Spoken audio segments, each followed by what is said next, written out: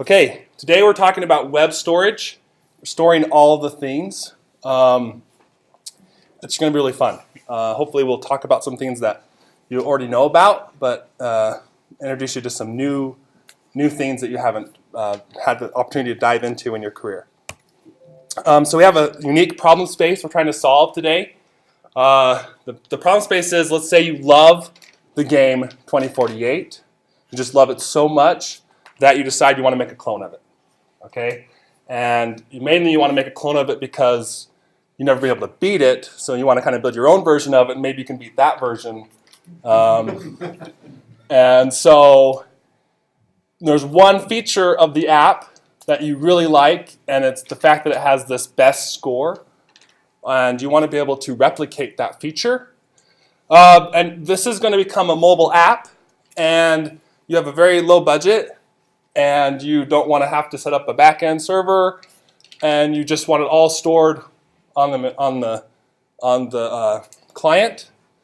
And you also don't want to have to worry about learning mobile language, and so you're going to use Cordova, because all mobile developers can close their ears for a second, but Cordova is awesome, and you love it. And you expect this to be a big success. You're going to put it up on the Play Store and make lots of money.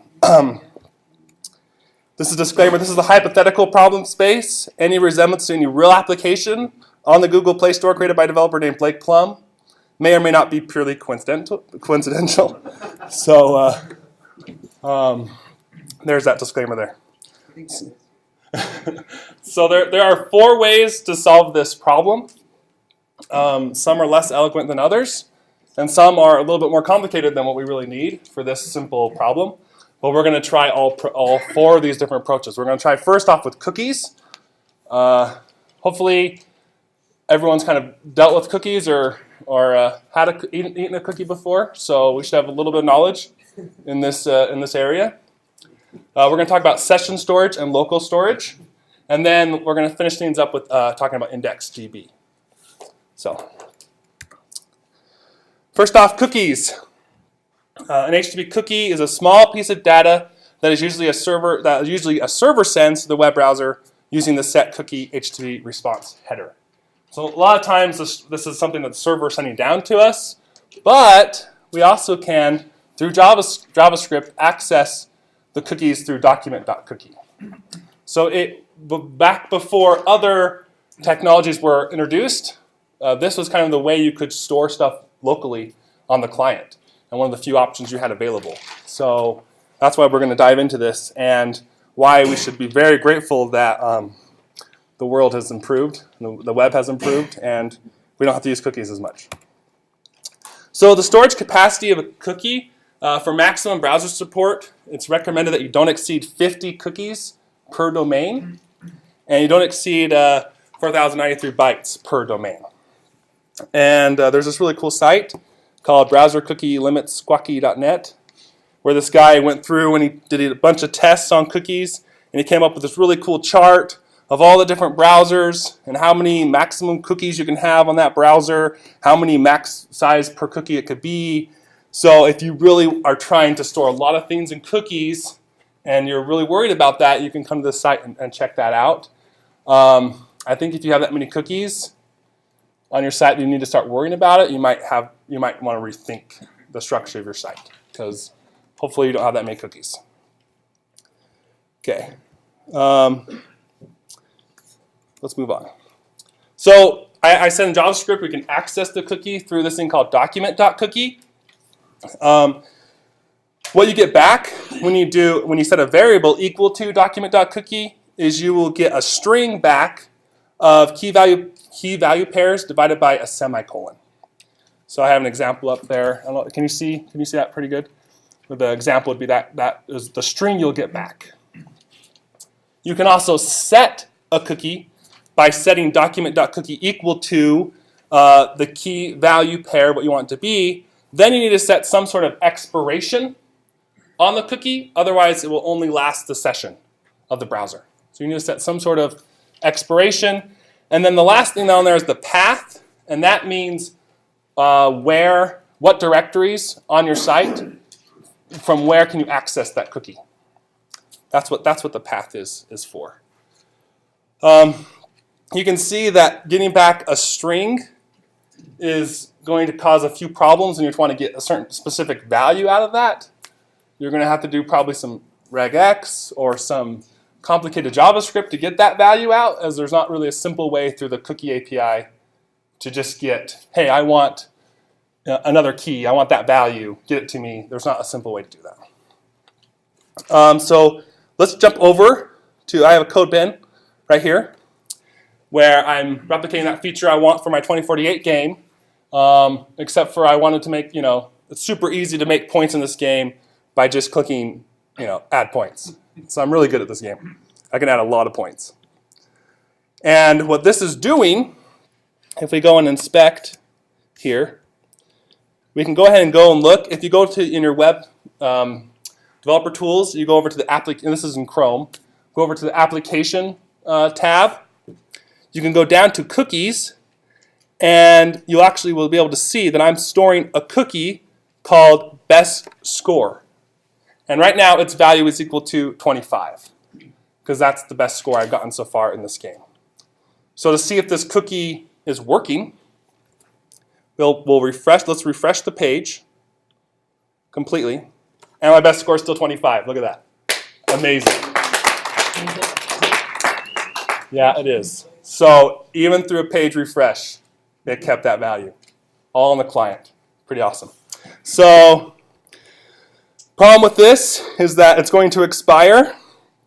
And but that's okay. We could potentially set a cookie that expired a long way out, but that's got some issues too. So, but let's go dive into the code of how I did this. Okay, close that out of that. So, just some simple HTML here, not really very relevant, but I just have a button, some spans to have basically a HTML storage of my 0 or my 25, and something I can interact with in order to interact with the DOM to be able to get those IDs. So in JavaScript, I basically just have my best span, current span, add points as the button. That's just my references to the DOM. It has nothing really to do with cookies. So let's go ahead and scroll down a ways here. And we're going to check out right here where I do this best value. Best value is equal to get cookie value, best score. So I made a helper function in this case because working with, again, document.cookie gives you back a string.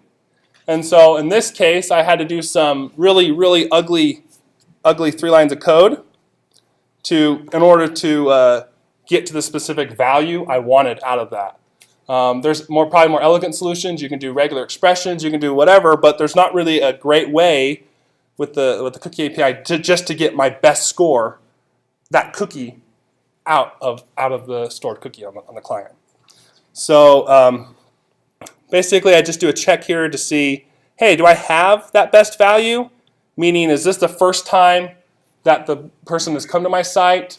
The cookie isn't set. Then I'm just going to set the default value to 0 for best score because they haven't gotten one yet. And every single time they click on that button, I'm doing a check here to say, hey, is the current score is the best score less than the current score? Then we need to update the best score, and then we need to update our cookie. So again, I'm doing that same syntax of document.cookie equal to, I'm resetting it to the best score with the new value, new expiration date, and path. So in order to reset the cookie, I basically have to overwrite it completely, like that. So that's how that's working. Is there any questions with that syntax? I have a question. So when you're document.cookie, does that count for all the cookies that your app will use? Just the cookie that you're setting with the keys. Because you can see right here, actually that's a great question. You can see right here that there's other cookies in there already that CodePen sets for whatever they're doing with my information. And best score is the cookie I set down there. That's my own specific cookie. And you gave it a name. And yes. Cookies referencing best scores. Exactly. Good question. So let's go back over here. As you can see, this is not the best approach to storing stuff on the client. From MDN, it says, cookies were once used for general client-side storage. While this was legitimate when they were the only way to store data on the client, it is recommended nowadays to prefer modern storage APIs. Cookies are sent with every request, so they can worsen performance, especially for mobile data connections. Modern APIs for client storage are the Web Storage API, local storage and session storage, and IndexedDB. So we have better things than cookies nowadays. We don't have to have a cookie to store stuff locally, and it's a great day to be on the web, a web developer. So we're going to talk now about session storage. How many people have actually used session storage before in their apps? Oh, awesome. Do you have any use cases? What were the use cases that you guys had for session storage? What did you have, Travis? What did you have to use it for? Keeping the client's web token, because I didn't want, as soon as they left, I didn't want to keep it stored locally. I wanted them to have to relog in if they ever left the domain. Oh, awesome. That's great. Basically something that you probably would have used a cookie before or earlier to store that, and now you can just use session storage. That's awesome. Okay. So some stuff with session storage is it's accessible through an object on the window called session storage. It's cleared once the tab you are on closes. So it's only good for as long as that tab is alive. And then your session storage ends. All the data is erased and garbage collected. So the storage capacity for session storage, most modern browsers support up to 5 megabytes of storage. Now, the problem is we're in JavaScript, which is a great thing, but has some limitations to this, where JavaScript stores strings are UTF-16, so each character requires 2 bytes of memory. This means while many browsers have a 5 megabyte limit, it will feel more like 2.5 megabyte limit due to the nature of how JavaScript stores its strings. Now I also have a link here to a table of how many megabytes the different browsers support for session storage and also local storage. And you can go through there and you can see what their limitation is. So it's really good if you don't have a whole lot of data that you're trying to store, right? You just have simple data. Simple data that you're trying to store, like in your case, like the session. What was it? The key or something? Okay. Yeah, watch out for Chrome 18. Okay, so the getting and setting is really simple with session storage. Like I said, it's a global object on the window you can get, and it works just like you can use it just like you would an object, and you can do storage.firstName, set it equal to a string, or you can do the bracket notation, first name equal to value, or it also gives you a method call called setItem, where you pass in the key you want it to be and the value. The key you want it to be associated with and the value. You also can get it the same way. Storage.firstName will get you the value. You can do it with brackets. Or getItem to return and pass in the key of what you want it to return. So the big difference here with the setItem and the getItem, and rather than the other way of setting it, is that when you do a storage.firstName, if it hasn't been set yet, you're going to get undefined back. Where if you do getItem, first name, you're going to potentially, and it hasn't been set yet, you're going to get null back. Undefined versus null, which could cause problems for you if you're not expecting that. For whatever reason you're trying to, for example, if you had a check in there and you're specifically checking that it's undefined, then it will, and you use getItem, then you're going to have a problem there. Any questions with that? Everyone good on that? Cool. So local storage luckily, behaves exactly the same as session storage, except for you access it through an object called local storage. The big difference here is that local storage doesn't die when the tab doesn't get cleared when the tab is closed. Local storage will stay on the browser, but it has the same capacity limitations, and the API is the same for setting and getting values. So let's go ahead and see that same example using expiration on that? No, there is an expiration unless the client clears their data on there. They can always clear their storage. As far as I know, there's not an expiration. Has anyone heard different than that? Okay, cool. Is local storage like across domains? Is it vulnerable to the same things you could with cookies, where if somebody in another domain could access the local storage if they knew you were writing to it and you had two tabs open? No, I don't think so. It's domain specific. Domain specific. Doesn't have those scary cookie hacks. Okay, so let's go ahead and see this example. First off, prove that it works. I'm going to add points here. Okay, I'm going to refresh the page. Best score's 30. It stayed. Better than last time. I did, because this is a better product. This is a better technology here. So in order to see where that's stored here, we're going to go ahead and go into, we actually have local, if you go to the same tab, application tab, you can see local storage, session storage. For this specific problem, I used local storage. And you can actually navigate down to the site you're on, and you can see right there, I have a key value pair, best score, and the value is 30. And as I update that, I don't think it's going to update. Let's see if it updates live. Oh, look at that. Updating live. Look at that. Can you see that? Can you even see that? It's like 65 now, and it says 65. I'll try to, I can't zoom in. Anyway, it updated. Cool. So let's see how this looks now. So again, same type of boilerplate logic I had up here. But this is so much simpler here, where I get the best value. All I have to do is window.localStorage, best score, and I can check. Hey, is there a best value? If there is, then set that best span to that best value. Otherwise, set it to 0. I don't have to do any sort of. I can literally get to the actual key I want without having to do a bunch of parsing over a string. So much better. And then every single time I click on that button, I do that same check of if my best score is less than my current score, and if it is, then it's going to go in there and actually just reset the best score value equal to the current value.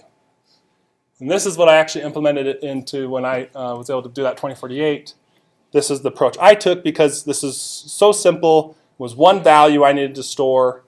I felt like this was a lot less complicated than going the IndexedDB route, but IndexedDB also gives you lots of more power and ability if you need to store lots of data. So let's go into that now.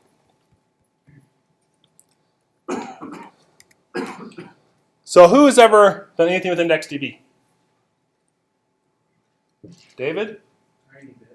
David's the one man that's done it?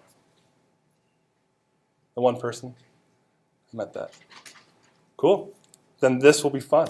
This is awesome. Okay, IndexedDB, then I gotta hype this up. I gotta be like the cheerleader over here for IndexedDB. Like, this is really, really cool technology, and it gives us there's lots of use cases for it, and the API can be a little complicated, but there are a lot of frameworks out there that try to mitigate the complications of IndexedDB. But once you kind of play around with it a lot, I think it's a little bit wonky, but it's not. You can learn it. Okay, so the best thing about IndexedDB is that it has 50 megabytes of storage on the desktop But really, that's only when the browser will alert the user and say, hey, this application is trying to store 50 megabytes of data. Do you want it to be able to continue storing data? And if they opt in, then you can store as much as you want on the client's machine. So as long as the user is able to opt in, you can store a lot of data with this approach. Same for mobile. Mobile has a 5 megabyte limit But did on they mobile. set that prompt and- Yes, I believe it gives you a prompt, but it's not unlimited. It will eventually. I think Safari, mobile Safari, is the most strict about that. So, yeah, you still kind of have the similar limitations on mobile. Okay, so this is quite a bit of code here, but we're talking about how do I construct a database and how do I destroy that database I just constructed. So basically, there's two things you need. You need a database name, so whatever you want to name a database, and you need a version number because you can literally increment your database to a new version and have a very safe way of updating to a new version without disrupting clients that are using your app that have already logged in and have a bunch of data saved in their storage already. So really, that's a really cool feature with IndexedDB is that you can have different versions. So the first thing you do is you're going to make an open request. You're basically going to try to connect to the IndexedDB, and you're going to pass it the database you want to connect to and the version number. And what's going to immediately happen after that is if it already has that version number associated and it's already been added, then it's going to skip on upgrade needed. But if this is the first time you're creating the database or you've incremented the number and the client doesn't have that number, the first thing that's going to get called is on upgrade needed, okay, in the life cycle. When it hits in there, the result of that event, I'm supposed to be passing an event down there. Just imagine that if I'd actually done that correctly. There's supposed to be an event there. And event.target.result of that would be the new version of the database. Okay? And now what I'm going to do here is I'm checking to see if there is an object store, basically a table, a way in your database that will store a bunch of values. I'm trying to see if it has an object store that contains the name of scores. Okay? And if it doesn't, then I'm going to create that object store of scores. I call mine scores because I'm storing scores in it, but you can name it whatever you want that's applicable to you can name it person or employee and have all the benefits you can do there. So the next thing you need to define is you pass in the second parameter of that is the key, the primary key, and whether or not you want it to auto increment and what you want to have it be the primary key. So if you want to associate it to like an ID or whatever. In this case, I was just keeping it really simple, and I just wanted to auto increment and just use every time I add something to it, just auto increment the key. What's the key? The key in this case is going to be integer value of 1, 2, 3, 4, 5. Sorry, what's the field name? Which field name are you talking about? I thought you said that you. You could. I didn't do that in this case, but you could. You can just let's say you have a unique key of email, and that's your unique key. Then you can actually right here, instead of just putting auto increment, you could actually use a property called key path, and you can say email. And now your email is your unique key. That will be associated. When you try to do queries and stuff, the email will now be your primary key. Does that make sense? Yeah, I guess I'm coming from more of a structured background. If you don't name it, is it just going to call it ID? Is there a default name? Yeah, it will just. It's just going to call it key. Just gonna call So they're always just key, Oh, and that's all it is. I will show you exactly what it calls it. We can look in the debugger tools, and we can look exactly what it does. Okay, so What this next thing I'm doing is basically I've created an object store, and now I'm going to add indexes or properties to this object. And one of the properties I care about is value. This could also be like first name, it could be last name, it could be social security number, I don't know, whatever you want it to be. And basically, this is value, because you could have these be different, but basically, this is what I'd recommend that you keep them the same. The first parameter is going to be, I'm trying to remember now. First parameter is the key that the index DB will reference it as, and the second value is what you'll actually save it into the database as. So basically, if you want to access it through IndexedDB, you'll have to use the first value pass in here. But if you actually go look at it and inspect it, it'll save it as a second parameter, second value here. So really, it makes sense to keep them the same. So one's the field and one's the name of the index. Yeah. There you go. And you need to specify if it's unique or not. Meaning, yeah, there should not ever be. In this case, I'm creating a bunch of scores, so I could potentially have this a 5 and a 5. But if you wanted to keep email addresses and every single one of them needs to be unique, then you would need to say true here. You have to put that in. It doesn't default to like false or anything. I'm not sure what it defaults to. It's a great question. Can you create a field without creating an index? No, this is how you would create. So every single field you want to add, you need to do the exact same syntax. Store.createIndex, pass in what you wanted to create. Good questions. Okay, so let's say that on upgrade needed failed. Okay, then I'm going to go into an on error. If any sort of error occurs, and the event in there will be the error. We'll get past. On blocked is also something that can happen. And what this happens is when the upgrade needed should be triggered because of a version change, but the database is still in use, meaning it's still open. There's still an open connection, and so you can't upgrade the version of it because it's still in use. Then you will get into the onBlocked lifecycle event. So on success always happens after on upgrade needed. So in here, you actually can access the database again. In this case, I'm just showing you how to delete the database. Normally, you probably wouldn't do that on success, but in this case, I am accessing result. The target.result is going to be my database. I'm going to close my database because in order to delete the database, you have to have it closed. It can't be open. And then I can actually delete the database by its name. So that's how you create and delete databases. Questions? And so you're not actually deleting the data that's stored in the index, you're just kind of deleting your connection to it? No, this is completely deleting the database. Oh, you're completely.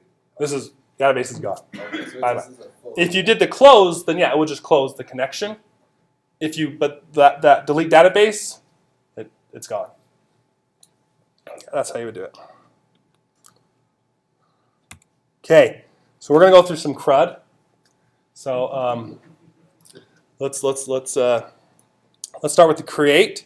So everything, in order to interact with your database, you're gonna want a transaction, okay, to interact with it. And that transaction, you need to tell it what object store you're trying to manipulate data in, okay? And you also need to say what type of action you're going to do. Is it going to be a read-write action? Is it going to be a read-only type transaction? You need to specify that when you create a new transaction. And then you need to actually, from that transaction, okay, you can now get access to the actual store, the actual object store. And now it's just as simple of doing store.add, and in this case, I'm adding an object that has value of 5, and it recognizes that because I added the value as an index and when I created the database. Since it's auto-incrementing, it'll auto-increment the key. I don't have to specify anything with the key. It'll just auto-increment it there. So that's how I would create stuff with IndexedDB. Okay. Now we're going to read, okay? We're going to do a read transaction here. So you notice the difference here is I say read only, because if I'm reading, I don't want to have them do anything that's going to actually overwrite data. So it's going to be read only transaction.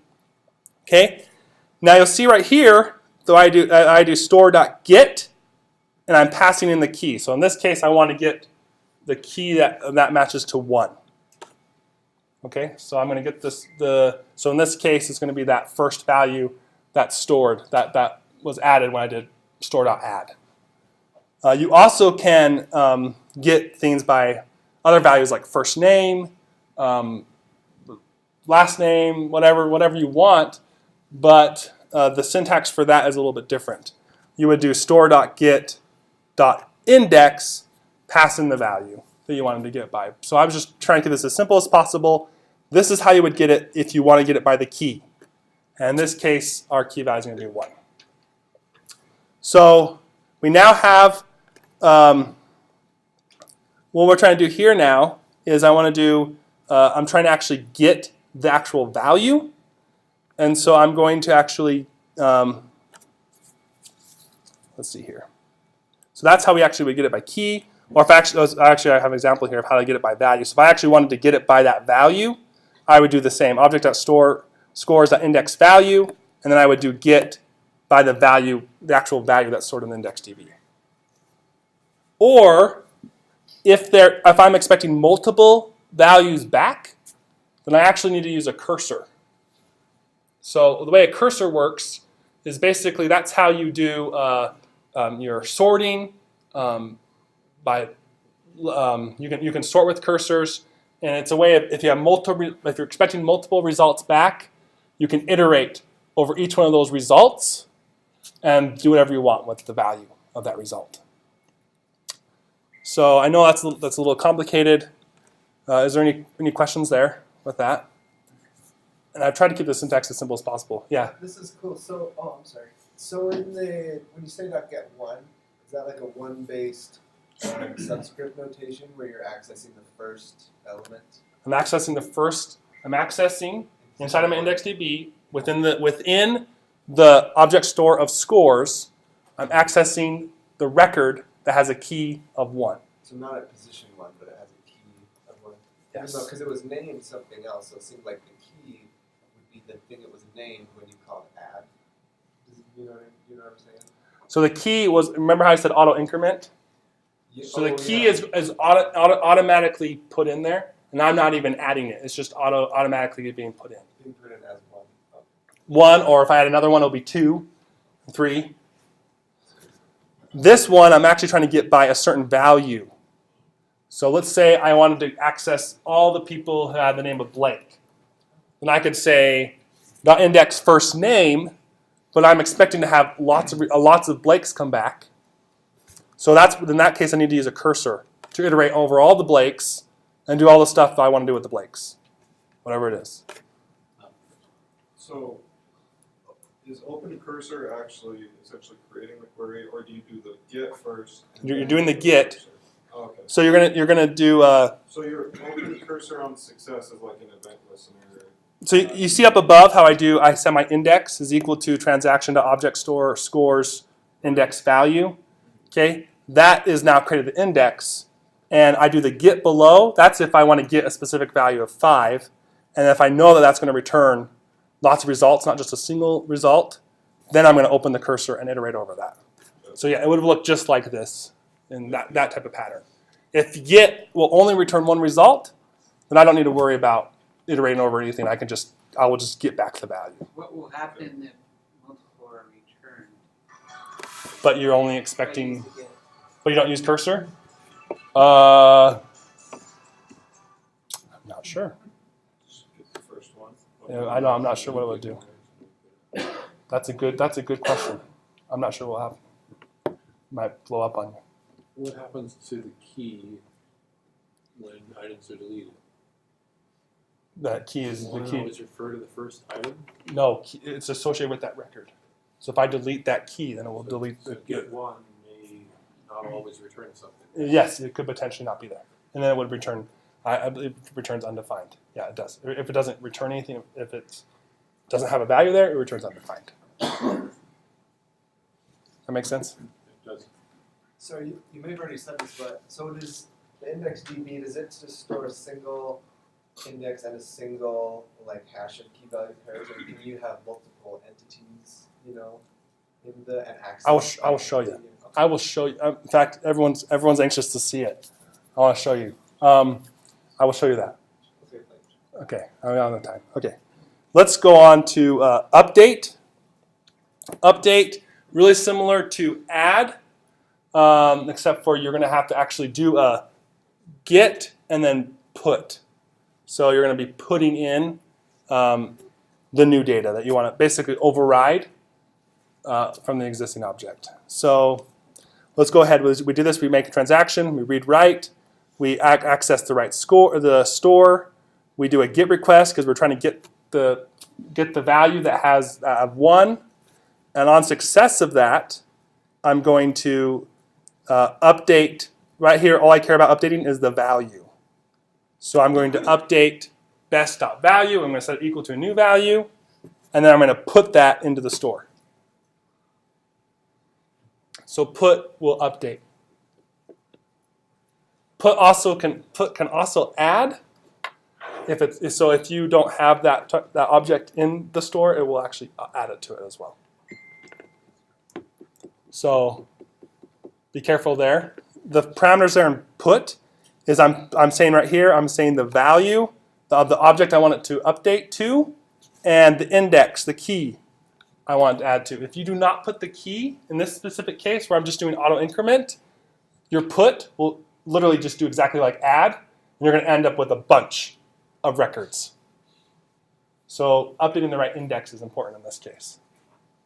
Does best here in this example have both a name and a value, even though you're only updating the value? So in this case, all it is, well, it is an object, so it can have an unlimited amount of whatever you want it to be. And in this case, all I want to update is the value. And so it would, yes. And so I'm basically passing in all the existing properties that were there already with the value different. And then delete. We're going to do, again, a read-write transaction, get my store, and then I'm going to delete by the key in this case. So this would delete the record that has a key of 1. Can you store objects? Yes. Can I compare objects and Yes, you can. Yes. So this actually is, even though I'm only updating one value here, it actually well, like if value could be a, it could be, it was values and it oh, you're saying that was an object? array of, yeah, objects or something. Yes, I'm quite positive that you could have that be as far down as just whatever structure you want and then update it. Yes. So you don't have to like stringify like to JSON string and store an actual. Actual object. Yes. Was there another question? Does it have to be a flat object? That was the question that was just here, if we could have nested. And I believe, yes, I believe it can be nested. And does it store it in different, like could you then get off of the value deep inside of that nested? So again, you could do a GET request off of a specific index. And then But it wasn't off of I'm not sure if you can do an index, a query off of an index and then off of a, I don't know, that is getting pretty deep, and I'm not sure. I'd have to experiment with that a little bit more. So Is the storage the same thing as the local storage where it's like 2 bytes and like because of the UTC-16 it's yes, because yes, that will all characters. Yes, it has the same. 5, it'll still act as 2.5. Yes, because every character that's stored is actually like 2 bytes. Is it 2 bytes or 2 bytes or more? Is it UTF-16 or is it UTF-2? I believe it's 16. So You're really testing my knowledge here. I believe. UTF-16 I believe it's 2 can bytes. be 2 bytes, 4 bytes, 6 bytes, even 8 bytes, theoretically, although none of any valid people. It should be. Tim, I think you should look it up and report back. It's 2 bytes. Yeah, I don't know. I believe it's 2 bytes. I don't know why it would do it differently, but it should be. You can let me know. So there are Please put up on the- character sequences like Ace of Spades Uh-huh. is a valid glyph. Uh-huh. It's an entity. Right? You can store it like in Java, it is because Java is supposed to be UCS2. You can encode that, okay. and in UTF-16 it becomes a supplementary surrogate pair, and then the character pair. So it actually takes 2 2-byte encodings to encode the Ace of Spades. And so that's the difference between UCS2, which is always 16 bits. And so if you're in the Unicode character space that's above 16 bits, you can't encode it. Where with UTF-16, you can, and it requires a surrogate base pair. But in JavaScript, it's neither one nor the other.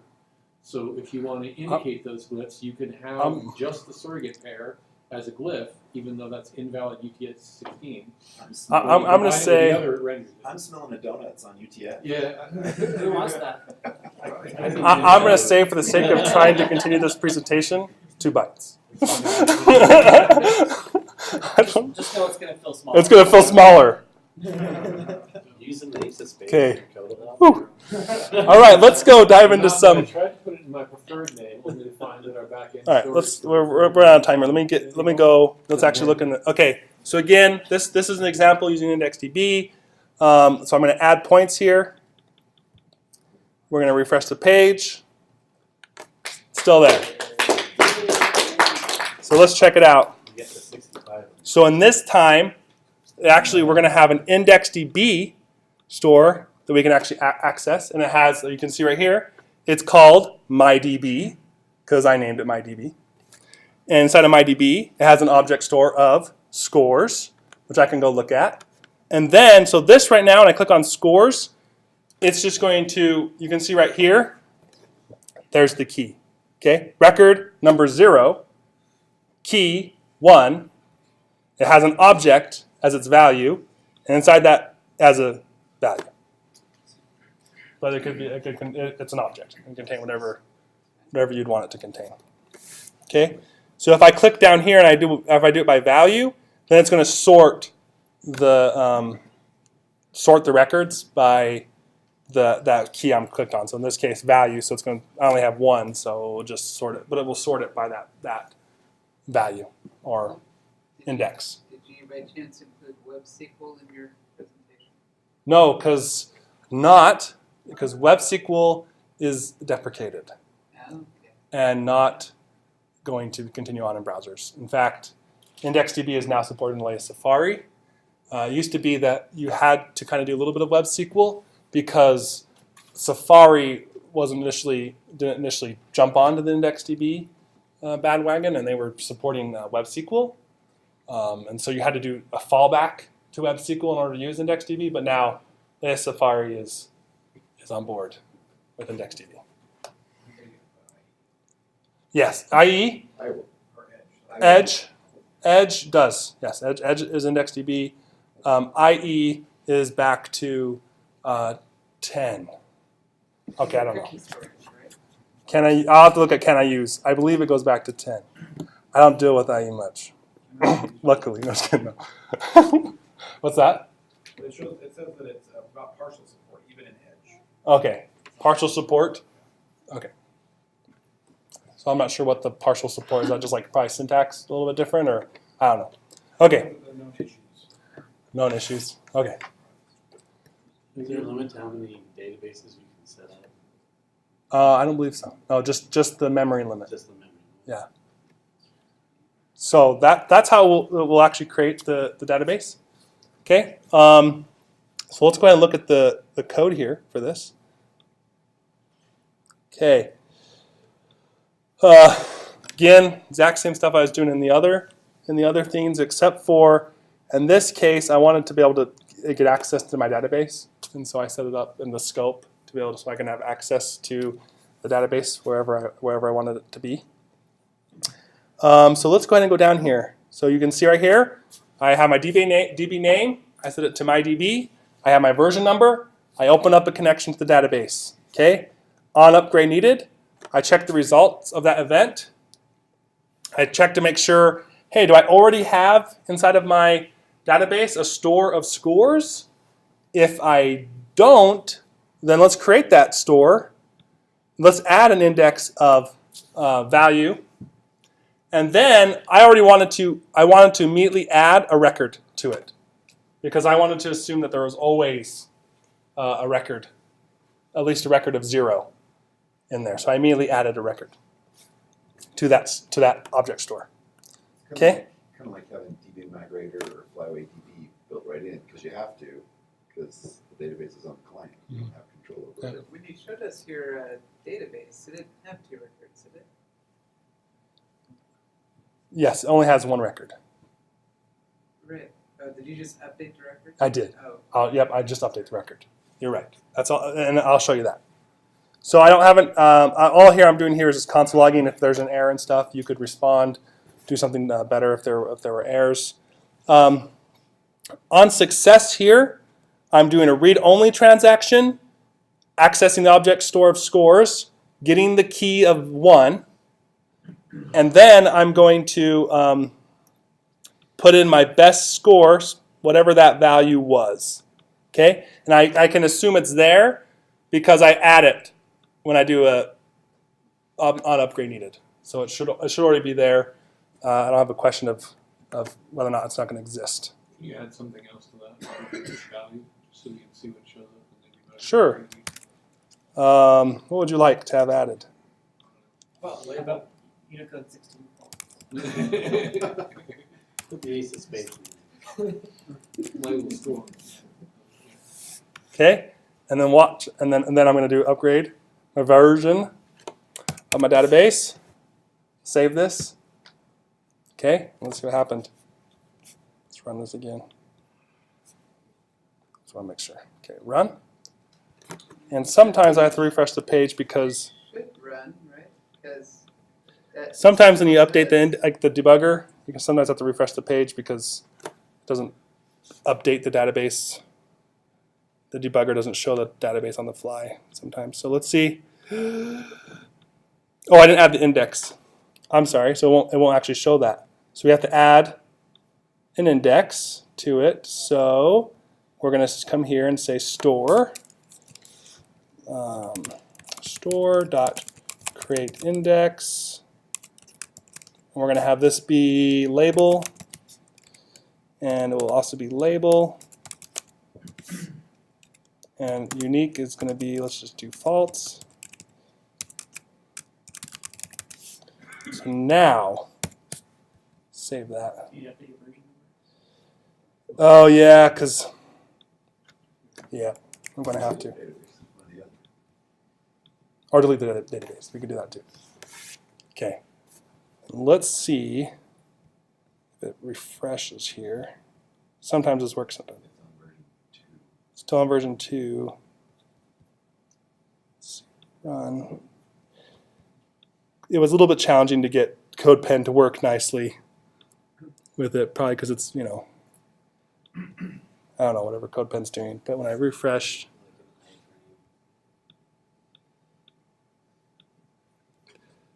oh, come on, work. There you go. Version 3, scores, value, should have value 35 and label. Because you're only adding it when it Oh. exists. Right? Oh, that's true. I'm only adding it. It doesn't exist, and it does exist. Okay, I got to delete my database. Thank you. You're absolutely right. That is the problem. Can you delete it from there? Yes, I can. Boom. It's gone. Oh, is that easy to delete all databases?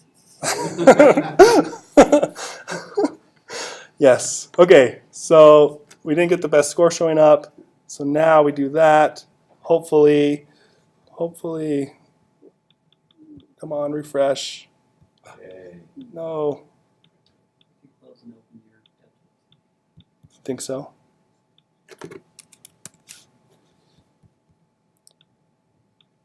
There it is. Oh, Jared, That was a lot smarter than refreshing the whole page. Come on, get bigger. Down there. There it is. Okay, and look at that. Value and label. Works. Okay. That's all the live programming I'm going to do for this talk. Whew. So, quick question about versioning. Okay, what was I going to? Oh, where was I? Do you just change the version with a meta? Just when there's a metadata change, or When you need to add a new field, right? Or you need to delete a field, or you need to add a new store, or basically whenever database model changes. Yeah. So if you think about databases on the back end, you would have a systematic way of changing the structure of the database that would typically happen at build time. That's what this is doing for you on the front end. Change your database structure. Okay, so where were we? Yes, we added something. So we have our console logging if it's errored or blocked. And then on success, here we go. We are basically going to do a read-only transaction because I just want to get the value of that key at 1. And as far as what I'm caring about is I'm caring about the result of that on success, and then that results in object that's going to contain value, and in this case now label. And I just want to get the value out of it. And every time I click this add button, and I want to update my storage, okay, you'll notice I'm using the put down here, so it's going to update. So we're going to make another transaction. It's going to be a read-write transaction this time. We're again going to access our object store. We're going to get the key of 1, and we're going to pass in the current value as the new value. Update the object. Make sure we update the right key, and we now have updated. So that's creating, updating, reading, and I showed you how to delete the database through the dev tools. They're deleting. So anyway, Protocols, yeah. all right. So that's all I've got.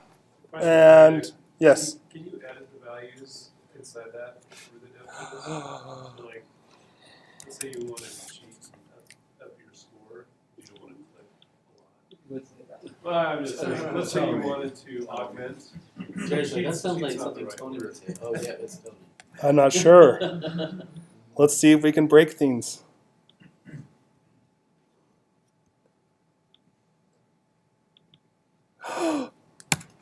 Liar. I never got that score. Let's see. Okay, so I just did that.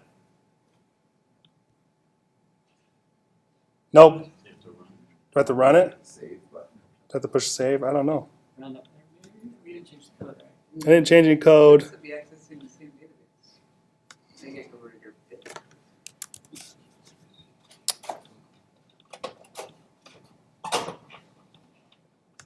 Didn't update it. No, I don't know what I have to do. So hit the add again. Click the add again? The one we just updated. Run? Add to the one that it had before. I don't know. I just don't think it's saving. Smarter than that. No. It knows. No, you're trying to cheat, Tony. Sorry. Yeah, I don't think it's gonna let us. Yeah, I don't know. Is there? What is that? Maybe. Maybe it's because it's things you're copying in instead of adding in. Also, and again, there's a refresh in the So it could bottom, be- the very bottom icon change. Oh, yeah, that little refresh down the bottom left. Down the bottom left. Refresh. Oh, okay. Let's do this. And refresh. See? Can't do it. There might be a way. I haven't tried. I only do things properly. The proper way. Anyway, that's all I have for the presentation. If there's not any other questions, are there anything? Then thank you very much for having me.